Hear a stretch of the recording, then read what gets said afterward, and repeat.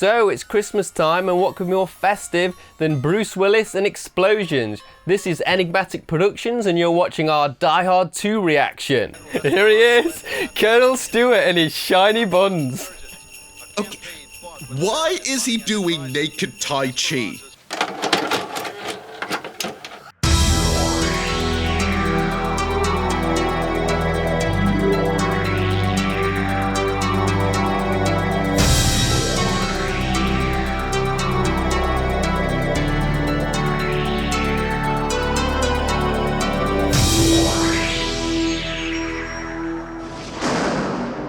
Here we go. It's so masculine. It's so like, I'm just gonna punch you in the face, that sound always is.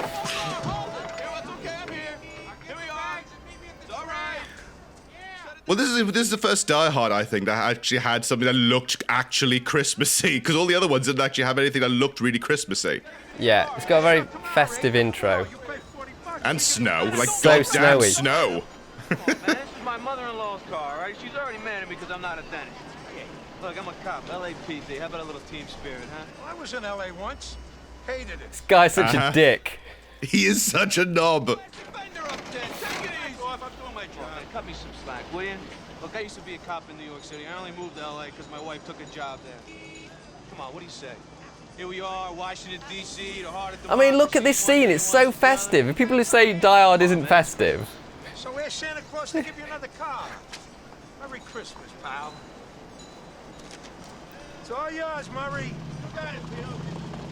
Yeah, that guy just enjoys being an arsehole, doesn't he?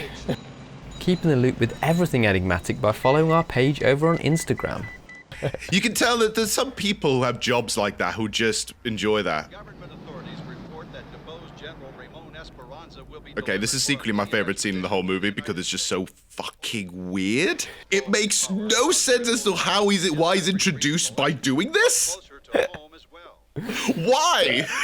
Why is he naked? All this brings far more questions than anything else. I think it's just like he's a man of... He thinks of himself as a man of perfection, you know, and he's kind of like... He's just sort of calming himself to be like, yes, I'm going to be cool and calculated and do everything exactly as it's supposed to be done, you know? You say that, but there he is with his tabernacle out, just flopping around, kicking. That's not a perfect scene. Isn't technology wonderful? My husband doesn't think so. Well, I do. I used to carry around Look at this lady. mace things. Mm. Now, I zap any bastard. Yes! I tried it on my little dog. Poor thing limped for a week. She didn't use it on a dog. It's so bad. Yeah, you can. Her face is my reaction to everything. It's like, what the hell? Right, this scene I love because it's like your typical really evil 90s bad guys. She just sets up how evil the bad guys are, and I love when they get sort of into their base.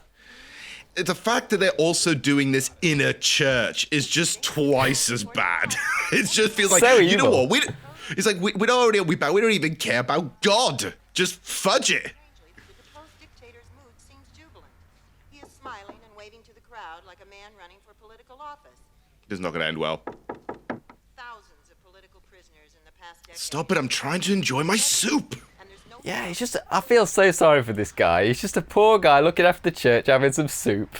found on And then, were other yeah, it's not going to end well. We know it's not going to end well. Sorry to bother you, sir. We're checking our equipment. Any problems with the car? Somehow closing down this church. Oh, I know the parish is going to keep on using it, but it won't be the same. Been here a lot of years, and I've been right here with it. Yeah, I kind of feel like a piece of me is dying along with this church. Well, you're right about that. That happens a few times in this movie where someone says something and then the bad guy answers with a pun or something. Like It's always with a quip. Always with a quip. the fact that American Oh, look at him. has finally taken its first prisoner. This is Buckwheat. The clubhouse is open. yeah, the clubhouse is open.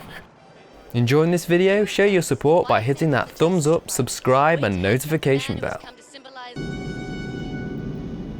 Right, this guy is the ultimate dick in this movie. And the first one. Back! Oh, he's back! He's a bigger dick here than in the first one. The first one, he's just trying to get a story. This one, he pretty much nearly puts them all in actual danger. We've all seen your program. Your episode, Flying Junkyards, was a very objective look at air traffic safety. It wasn't nearly as edifying as Bimbos of the Sky, was it, Connie? Ooh.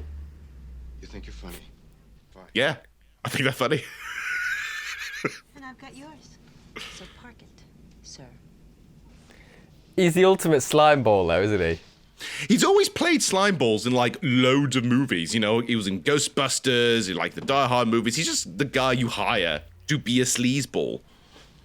Stewardess. Mr. Thornberg, you cannot monopolize my time. You cannot put me near that woman. Excuse me? He means he's filed a restraining order against me. I'm not allowed within 50 feet of him. 50 yards. I can sue you and this airline. That woman assaulted me, and she humiliated me in public. Yeah, I remember that. That was fun.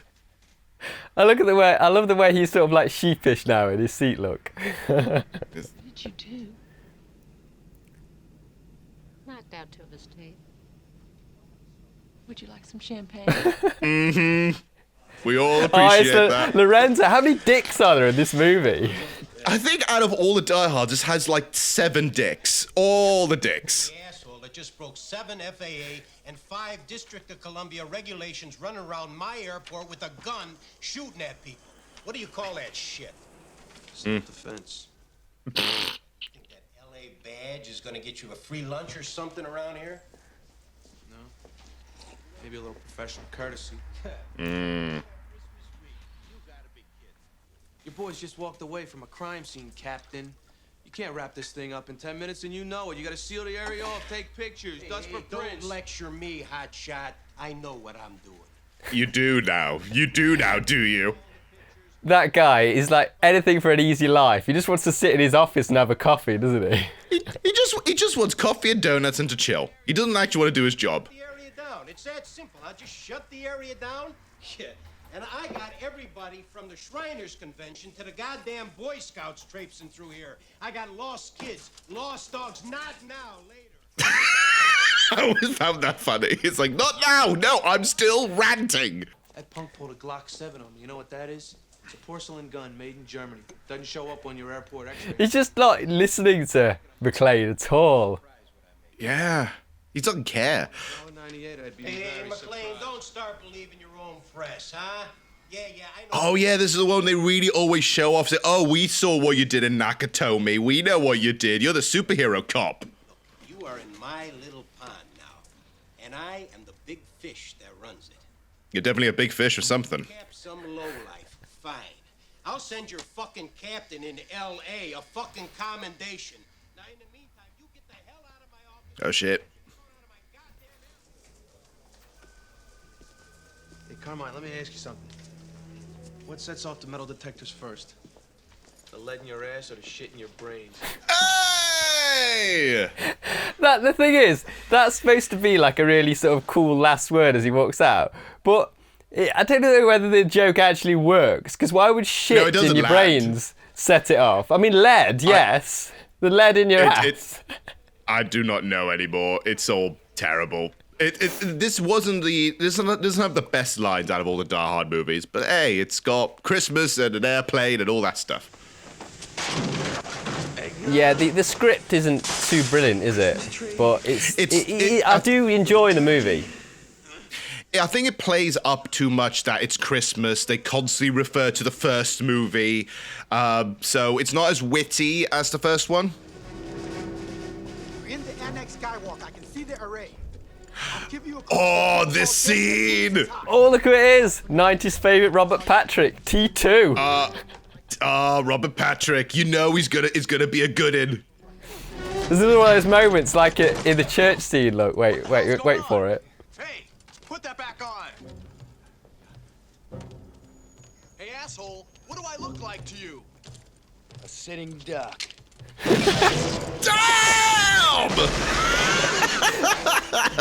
Really aggressive shot to the head. I love it because he's like, what do I look like to you? A sitting duck. And he's so like Terminator 2, like T-1000 in that scene. I bet you that what got him the role. I bet you that what got him the role. Oh, I remember this. This scene is a really important one because it's like, you know when the bad guy displays how bad he is? Now watch it. 30-knot crosswinds and the runway is icy. You need more fire, mate.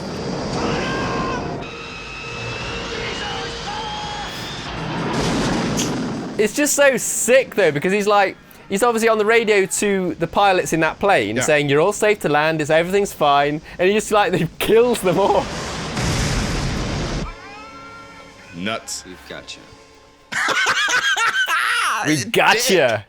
And that is an explosion. Oh, that's a damn good explosion.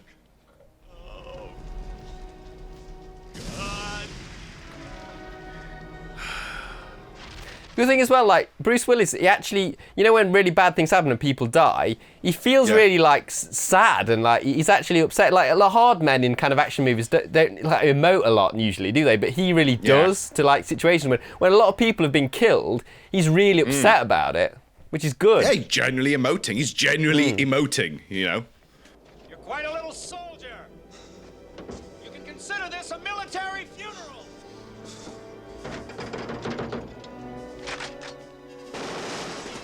They're chucking everything they've got at him. Jesus! So many bullets! So this is like a bit like the shoot the glass from the first movie. Yeah. It's a lot of repetition in some ways. How many grenades we got? 3 each! Three grenades each! You can see in his face like, grenades? Grenades? Oh no!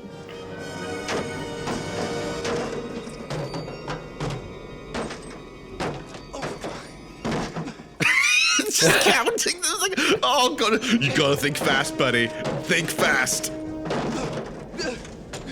Here he goes. Here we are. Bombs away. Come on. Yeah. Oh, Jesus Christ! I love this. This is great.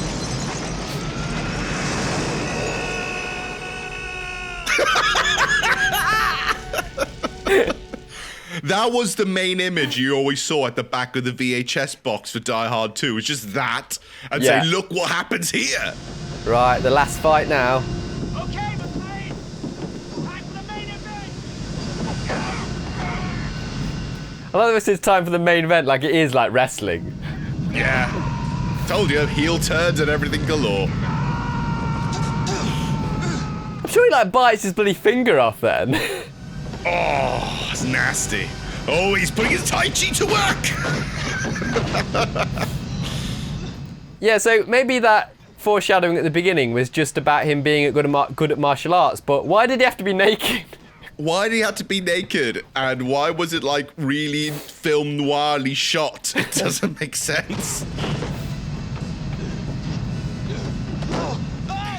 Uh-oh, uh-oh, uh-oh, uh-oh. How's it going?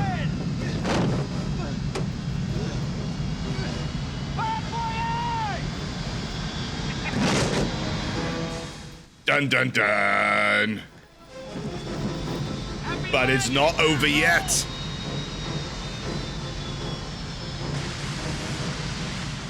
Ha-ha! Even if they did take off, they weren't gonna last very long in the air. I mean, it's going everywhere, that fuel. It's just like a shower. Absolute mess. It's a maybe because of all the snow and everything, they couldn't see it, but it doesn't matter because it's gonna leave to one of the coolest things in the movie. Yippee-ki-yay, motherfucker. Yeah! The most explodey out of the lot. And it looks really impressive as well for a 1990 movie. Yeah.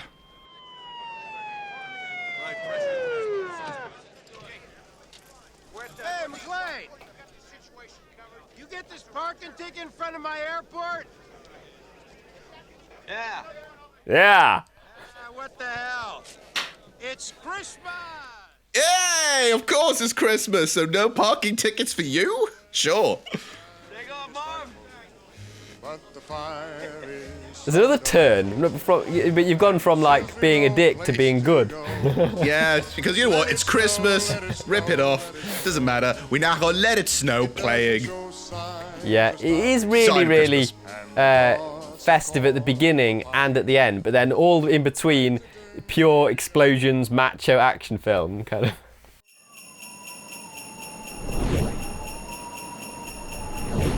So that was Die Hard 2, Johann. Are you still a fan of it?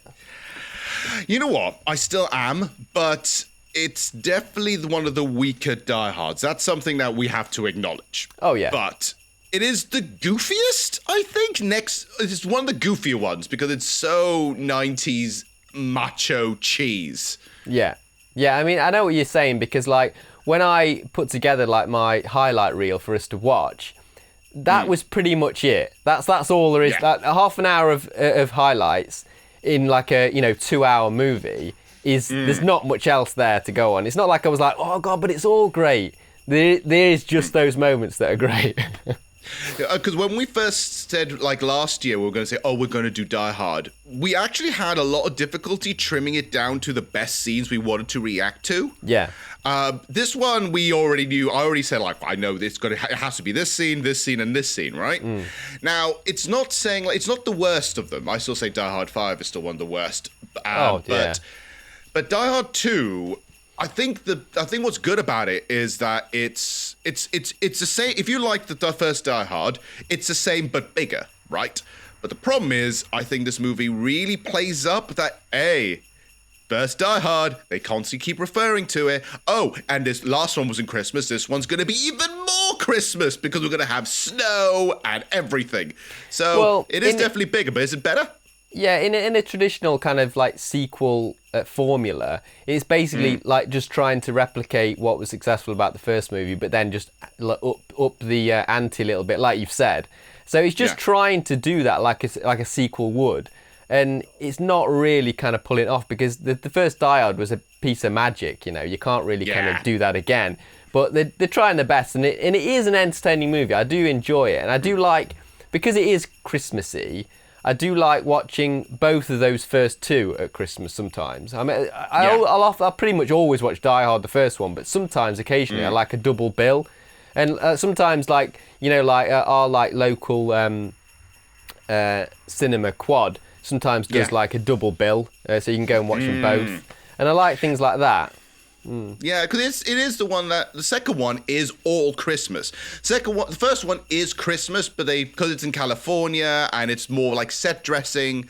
I can understand why Bruce Willis still says it's not a Christmas movie, even though it's totally a Christmas movie. But the second one, because it's almost like the screenwriter said, oh, the first one was a Christmas, so the second one has to be at Christmas. It's as if it's like now all the Die Hard movies were supposed to have a trend where they were always going to be holiday movies. Yeah. Because the third one's like there's references to Christmas, but it's not at Christmas, isn't it? Yeah. There's only like 2 lines or 3 lines that reference Christmas, and then the fourth one has nothing to do with Christmas. In fact, it's a different holiday. It's the 4th of July, and then the fifth one again, I don't want to talk about it. So no. So now we're talking about Die Hard. I'll also say that we did Die Hard last year on the Christmas countdown. So there'll be a card there for you to watch that. That was our best scenes reaction for the first movie. But also, I'll put a card up for the Die Hard trilogy over on the Enigmatic Play channel. We played 2 years ago, 2018, our Christmas special on Enigmatic Play was playing Die Hard trilogy on the original PlayStation, and we forgot how hard that game was. It's broken how hard it is. First one, definitely really hard. Second one was doable. Third one's downright unplayable. Yeah. And you can see us like having a meltdown in that video. I was having a meltdown. I was like, look, I'm done. This is impossible. How can you do this? But it is pretty hilarious. So yeah, if you want to check that out as well, just follow the link. Indeed. Right. So I think there's anything more to say than Merry Christmas, guys. And I hope you have a good one and a Happy New Year. Merry Christmas, everyone. See you later. Right, thanks for watching, guys. If you've enjoyed this video, don't forget to hit the like. If you want to see more from us, hit that subscribe. See you next time on Enigmatic Productions.